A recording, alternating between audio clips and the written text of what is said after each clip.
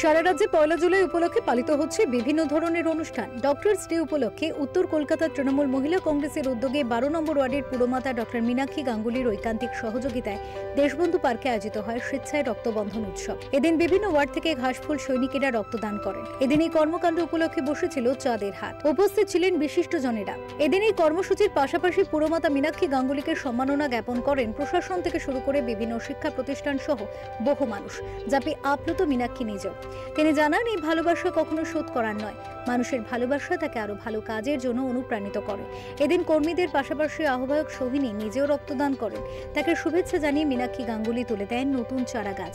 দেখুন, দীর্ঘ এতগুলো বছর ধরে ডক্টরস ডে মানে আমরা নিজেদের বিভিন্ন অনুষ্ঠান করি এবং বিভিন্ন অনুষ্ঠানের মধ্যে জড়িয়ে থাকি। আমরা প্রতি মুহূর্তে সবসময় চাই যে মানবতার উৎসবের মধ্যে জড়িয়ে থাকি। আজকে আমরা একটা বড় সুযোগ পেয়েছি, সেটা হচ্ছে রক্তবন্ধন উৎসব। রক্তবন্ধন উৎসব মাননীয় মুখ্যমন্ত্রী স্বপ্নের প্রকল্প।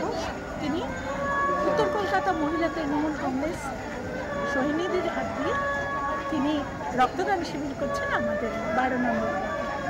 আমরা অত্যন্ত কৃতজ্ঞ মাননীয় মুখ্যমন্ত্রীর কাছে, আমাদের সেনাপতি অভিষেক বন্দ্যোপাধ্যায়ের কাছে, আমাদের বিধায়িকা শক্তি পাণ্ডের কাছে, যে আমরা এত বড় একটা সুযোগ পেয়েছি যে পুরো উত্তর কলকাতা এবছর দেশবন্ধু পার্কে ব্লাড ডোনেশন করেছে এবং এত বছর সোশ্যাল সেক্টরে কাজ করার সুযোগ পেয়েছি। বাংলার মানুষের পাশে থাকা, গোষ্ঠী তৈরি করা, বিভিন্ন সেলফ হেল্প গ্রুপ তৈরি করা, মা কিচেন, মিড সমস্ত জায়গায় যেভাবে যখন আমি সামাজিক দায়বদ্ধতা দিতে পেরেছি, আমি অত্যন্ত কৃতজ্ঞ যে মানুষ আমাকে সেই জায়গাটায় স্বীকার করেছে। আগামী দিনেও আশীর্বাদ করব যাতে মানবতার পুজো আমি সবসময় পাশে।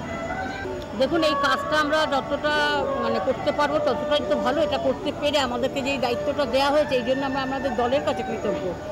কিন্তু একটা সমস্যা মহিলাদের ক্ষেত্রে যেটা হয়, নানা কারণে প্রচুর মেয়ে নাম লিখিয়েছে, কিন্তু অনেকে ভেতরে গিয়ে রিজেক্ট হয়ে যাচ্ছে। দ্বিতীয় কথা হচ্ছে, আজকে একটা বিপত্তারিণী পুজো, তারপরে মুসলিম মহিলাদের রোজা রয়েছে, এই জন্য একটু সংখ্যাটা কমে গেছে।